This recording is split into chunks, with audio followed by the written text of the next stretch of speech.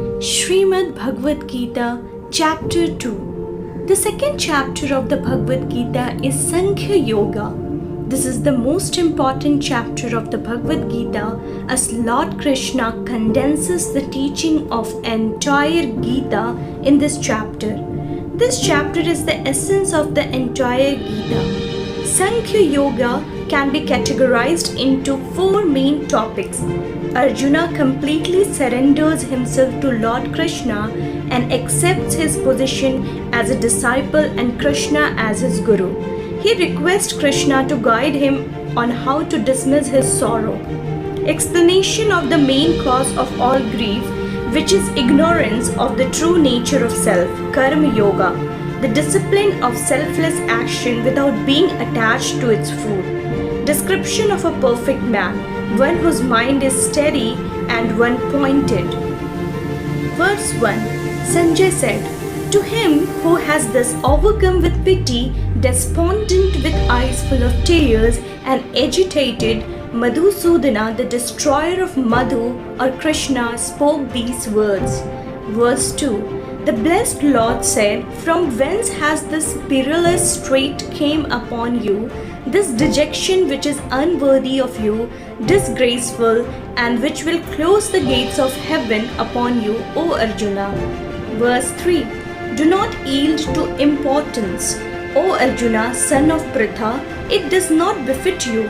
Cast off this mean weakness of the heart, stand up, O conqueror of voice. Arjuna said, "O Madhusudana, how can I fight in battle with arrows against Bhishma and Drona, who are worthy of being worshipped or destroyer of enemies?" Verse 5.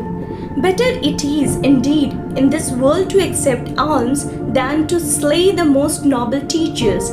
But if I were to kill them even in this world, all my enjoyments of wealth and fulfilled desires would be stained with their blood.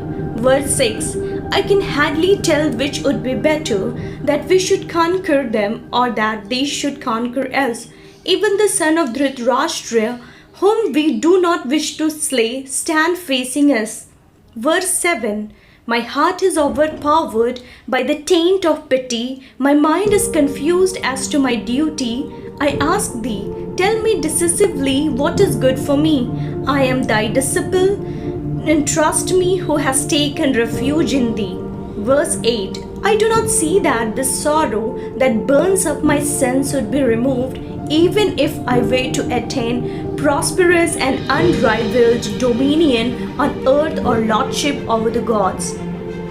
Verse 9. Sanjay said, having spoken thus to Rishikesha, the lord of the senses, Arjuna the conqueror of sleep and destroyer of voice said, I will not fight, and become silent. Verse 10. To him who has despondent in the midst of two armies, Krishna is smiling, O Bharata, spoke these words. Verse 11. The blessed Lord said, you have grieved for those who should not be grieved for, yet you speak words of wisdom. The wise grieve neither for the living nor for the dead. Verse 12. Nor at any time was I not, nor thou, nor these rulers of men, nor verily shall we ever cease to be hereafter. Verse 13. Just as the embodied soul passes through childhood, youth, and the old age in this body, so too does it pass into another body. The steadfast one does not grieve over this. Verse 14. The contact of the senses with the objects, O son of Kunti, which causes heat and cold, pleasure and pain, and a beginning and an end, they are impermanent. Endure them bravely, O Arjuna. Verse 15. That firm man whom surely these afflictions do not, O chief among men, to whom pleasure and pain are the same, is fit for attaining immortality. Verse 16. The unreal has no being, there is non-being of the real. The truth about both has been seen by the knowers of the truth or the seers of the essence. Verse 17. Know that to be indestructible, by which all this is pervaded, no one can cause the destructions of that, the imperishable. Verse 18. These bodies of the embodied self, which are eternal, indestructible, and immeasurable, are said to have an end. Therefore, fight, O Arjuna. Verse 19. We who take the self to be the slayer and who thinks it is slain, neither of them knows it does not slay, nor is it slain. Verse 20. It is not born, nor does it ever die. After having been, it again does not cease to be, unborn, eternal, changeless, and ancient. It is not killed when the body is killed. Verse 21. Whoever knows it is to be indestructible, eternal, unborn, and inexhaustible, how can that person slay, O Arjuna, or cause to be slain? Verse 22. Just as the man cast off worn out clothes and put on new ones, so too the embodied self cast off worn out bodies and enter other that are new. Verse 23. Weapons cannot cut it, fire cannot burn it, water cannot wet it, wind cannot dry it. Verse 24. This self cannot be cut, burned, wetted, nor dried up. It is eternal or pervasive, stable, immovable, and ancient. Verse 25. This self is said to be unmanifested, unthinkable, and unchangeable. Therefore, knowing this to be so, you should not grieve. Verse 26. But even if thou thinkest of its constantly being born and constantly dying, even then, O mighty armed one, thou shouldest not grieve. Verse 27. For the born death is certain, and for the dead birth is certain. Therefore, you should not grieve over the inevitable. Verse 28. Beings are unmanifest in their beginning, manifest is their middle state, O Arjuna, and unmanifest again in their end. What is there to grieve about? Verse 29. One sees this, the self, as a wonder, another speaks of it as wonder, another hears of it as a wonder, yet having heard none understands it all. Verse 30. This indweller in the body of everyone is ever indestructible, O Arjuna, therefore you should not grieve for any creature. Verse 31. Further, having regarded to your duty, you should not waver, for there is nothing higher for a Kshatriya than a righteous war. Verse 32. Happy are the Kshatriyas, O Arjuna, who are called to fight in such a battle that comes of its own accords as an open door to heaven. Verse 33. But if you will not fight this righteous war, then having abandoned your own duty and reputation, you will incur sin. Verse 34. People will also recount your everlasting dishonor, and for one who has been honored, dishonor is worse than death. Verse 35. The great chariot warriors will think that you have withdrawn from the battle out of fear, and you will be held in low esteem of those who have held in high regard. Verse 36. Your enemies scoffing at your power will speak many abusive words. What could be more painful than this? Verse 37. Slain you will obtain heaven, victorious you will enjoy the earth. Therefore stand up, O son of Kunti, resolved to fight. Verse 38. Having made pleasure in pain, gain in loss, victory in defeat, equal engage in the battle for the sake of battle, thus you shall not incur sin. Verse 39. This which has been taught to you is wisdom concerning Sankhya. Now listen to wisdom concerning yoga, endowed with which, O Arjuna, you shall cast off the bonds of action. Verse 40. In this there is no loss of effort, nor is there any harm produced, nor any transgression. Even a little of this knowledge protects one from great fear. Verse 41. Hear, O joy of Kurus, there is only one single pointed determination. Many branched and endless are the thoughts of the indecisive. Verse 42. The unwise taking pleasure in the eulogizing words of Vedas, uttery flowery speech saying, there is nothing else, O Arjuna. Verse 43.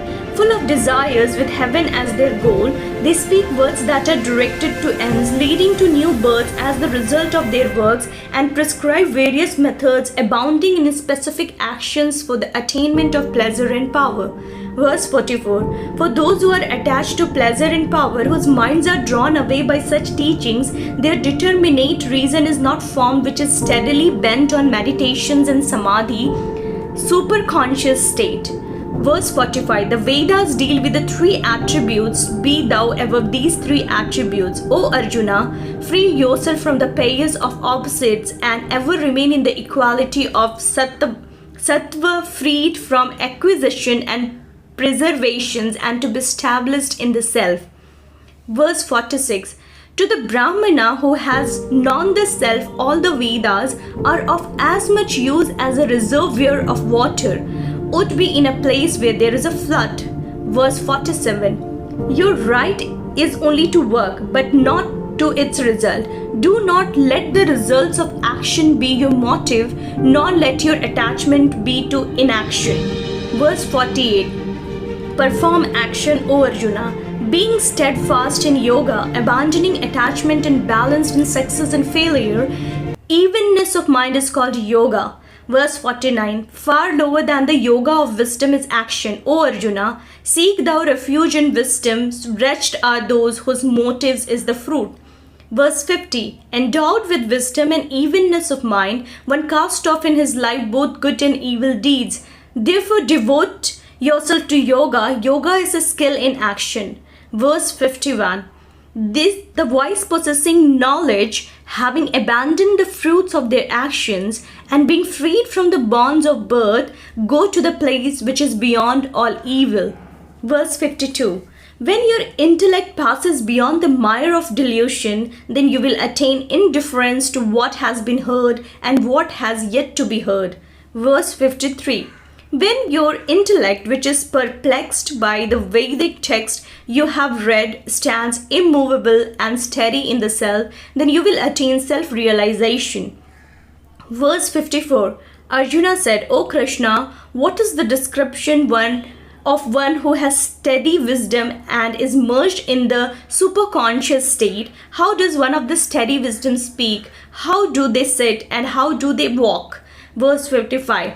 The blessed Lord said, when a man completely casts off, O Arjuna, all the desires of the mind and is satisfied in the self by the self, then he is said to be one of steady wisdom. Verse 56. He whose mind is not shaken by adversity, who does not long for pleasure and is free from attachment, fear and anger is called a sage of steady wisdom. Verse 57. He who is everywhere without attachment, upon encountering anything good or bad, neither rejoices nor hastens, his wisdom is firm. Verse 58.